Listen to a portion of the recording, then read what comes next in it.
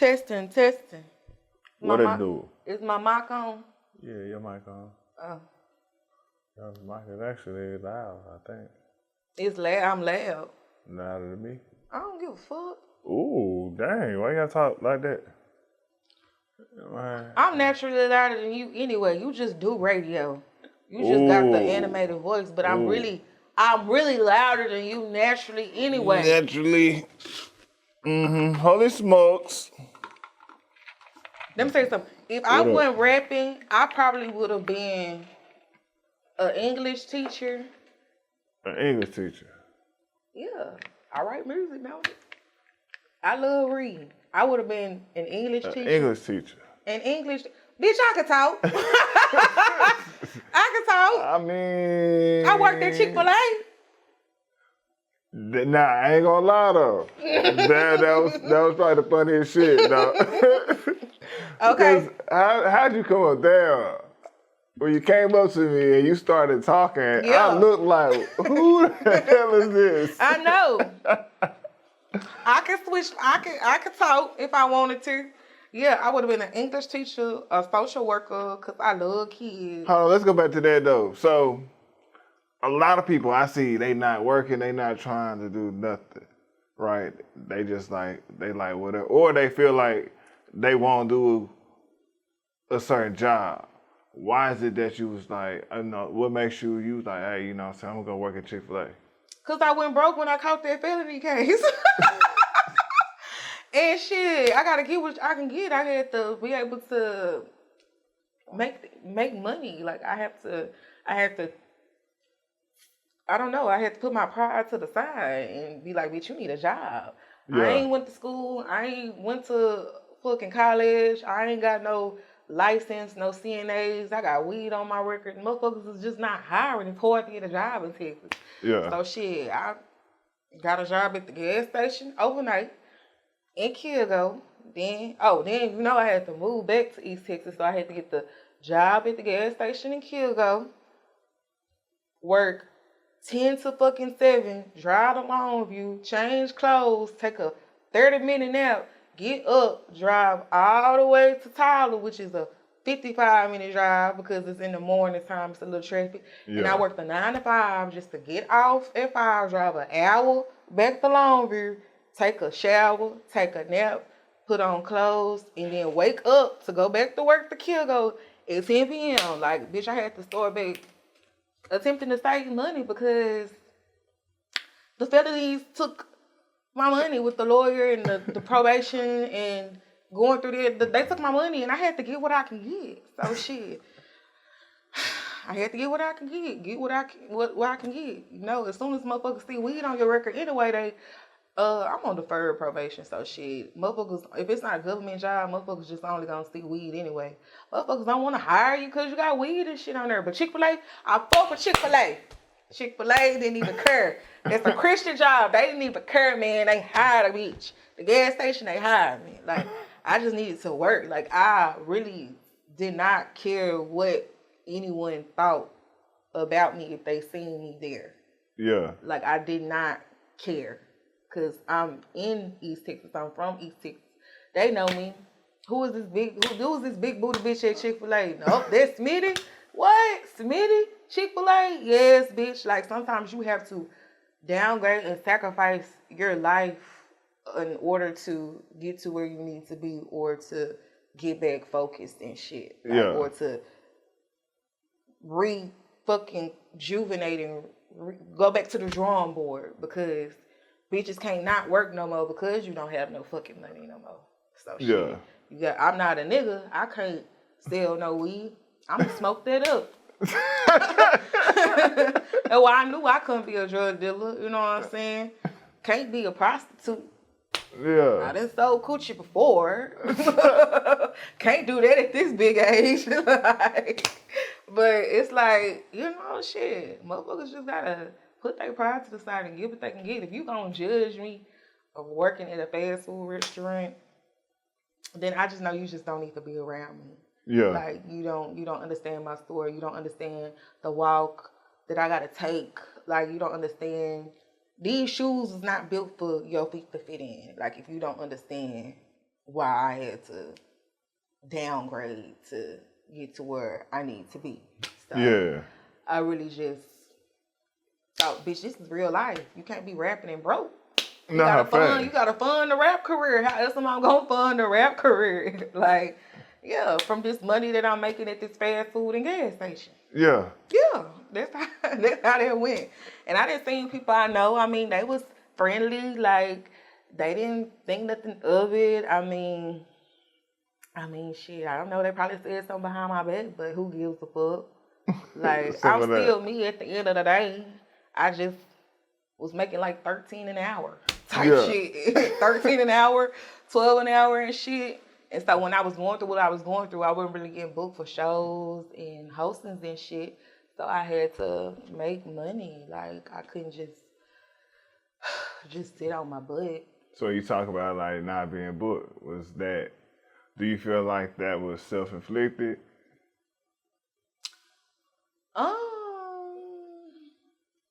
Yeah, because it's always me versus me at the end of the day. Like, it's only so much my manager can do.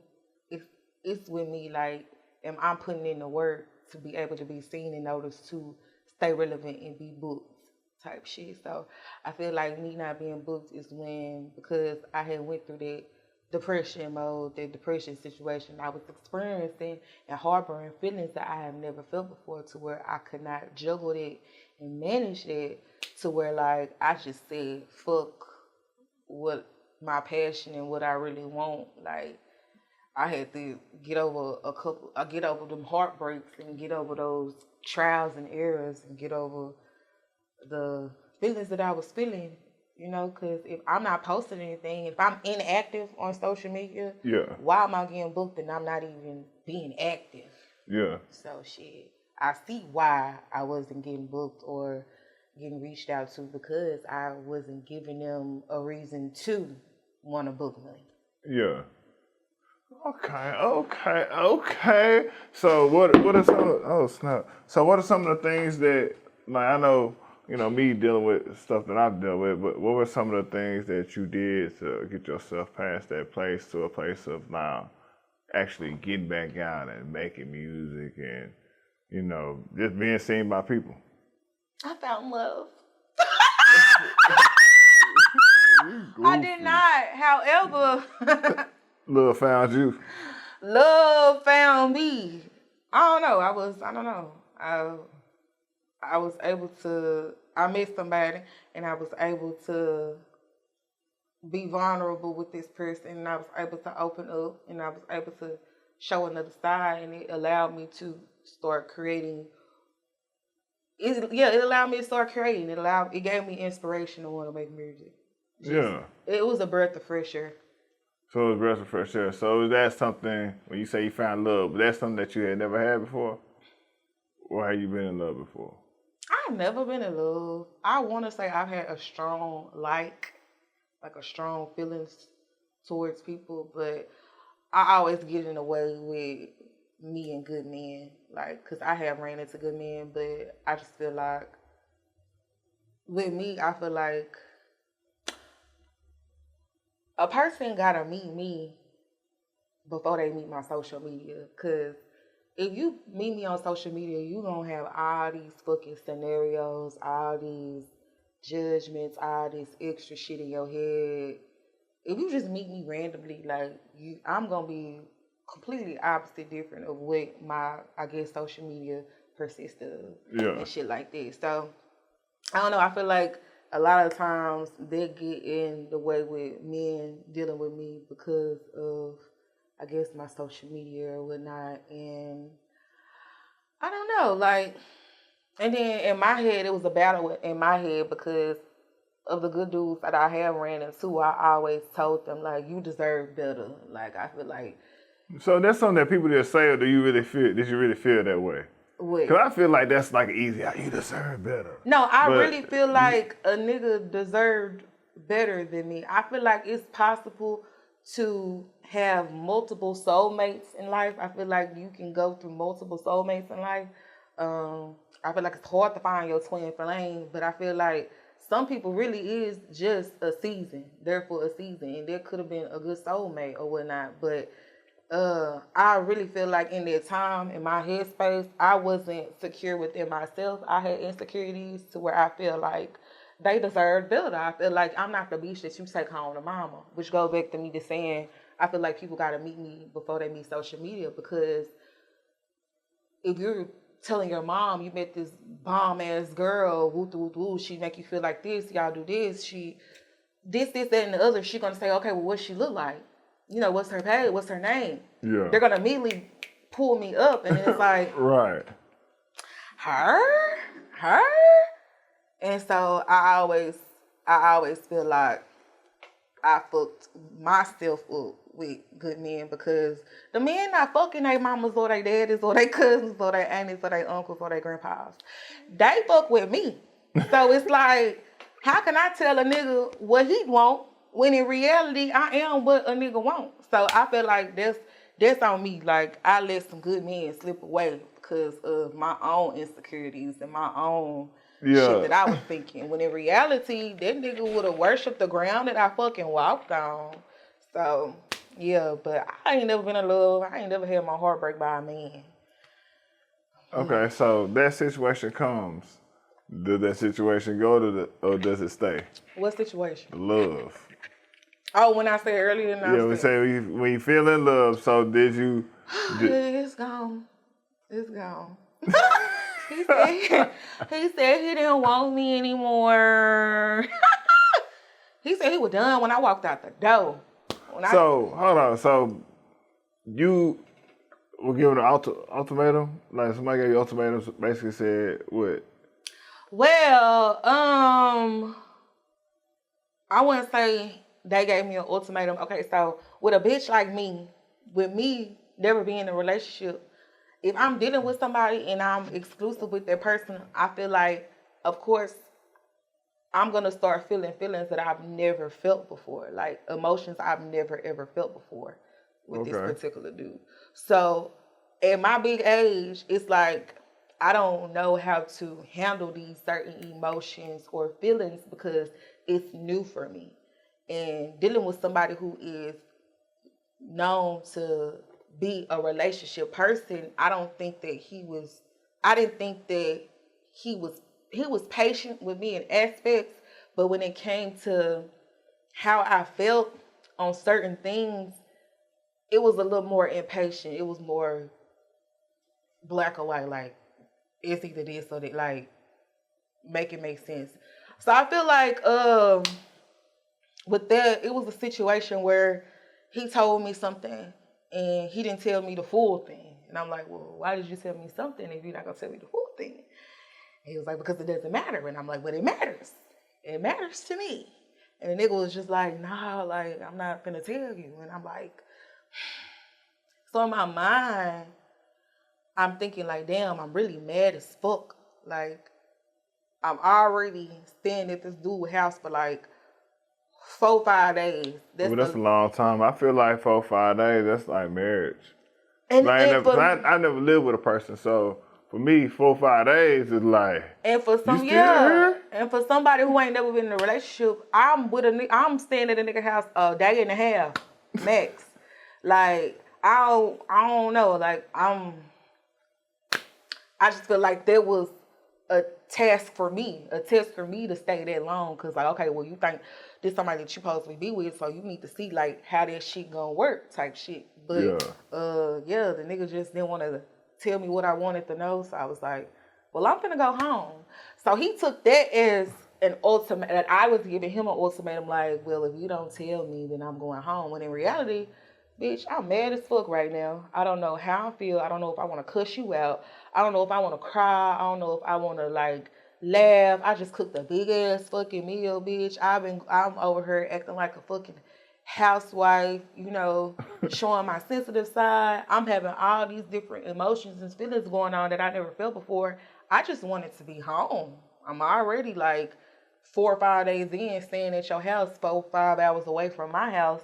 I just wanted to be home because, and for him to know that I don't do relationships and that he was like one of two people that I took the time with to actually fuck with like that, you should have gave me grace to decompress. You should have gave me grace to like breathe. Like, this is a lot of stuff that I'm going through now in my head, emotions I'm feeling. He didn't give me that grace. And in my time of healing from that, I thought to myself, like, when this nigga get mad, he go 2-3 days without talking to you. And you supposed to be okay with it. But I couldn't have one day to myself to just chill and just regroup. And you already said you was done when I walked out the door. So he hurt my feelings for 35 hours. 35? 35, I counted. So 35 hours your feelings was hurt. And then you just what? I remember who the fuck I was. I guess niggas. I do guess niggas, but it's like, okay, damn. I do appreciate the nigga for allowing me to explore a softer side, a more vulnerable side, to be open. But I had to realize, if a nigga don't want me, I can't make nobody want me. Like, no, that's if fact. you want to, if that's what you want, if you didn't want to work towards nothing, if you didn't want to fight for it, and I ain't gonna lie, when dudes hurt my feelings, it makes me think, I'm never enough. And that's what the battle be in my head. And that's why I always feel like I'm gonna be single, because I always feel like I'm just never enough. I do. I do. I ain't gonna lie. I do feel like they're like, damn, like, what the fuck? But then, okay, so then that leads you back into music. You said you go through a state of depression, you find love, this love sweeps you off your feet, then you're not making music while you're in love. So, I was not. No, so, I made a few songs. No, you cannot. No, I made a few songs. Don't do that, because I was sending him the songs that one song got made. Nah, shut up. Y'all, I made a few songs. I only made 3, but still. When you was in love. I made 3. You went on a drop. You might have made a song or 2. Yeah, I lost myself. So then that goes away. You take your 35 hours. This 35, this is a significant number for you now. So you take this 35 hours and you can start producing. Yeah. I started making great music that I feel like it's going to touch souls for sure. Yeah. I start coming into a certain lane. A certain lane to where, like, I'm able to show what I've learned from the last 8 to 9 months into a project. Okay. Different emotions, different feelings. So one would say, you know, you've been told by numerous people, girl, you make that good twerk music. Yeah. Well, me personally, I've heard the music, so I know it's a couple, but it's not really comprised of that. Do you believe now that you are able to kind of pin your emotions? Yeah.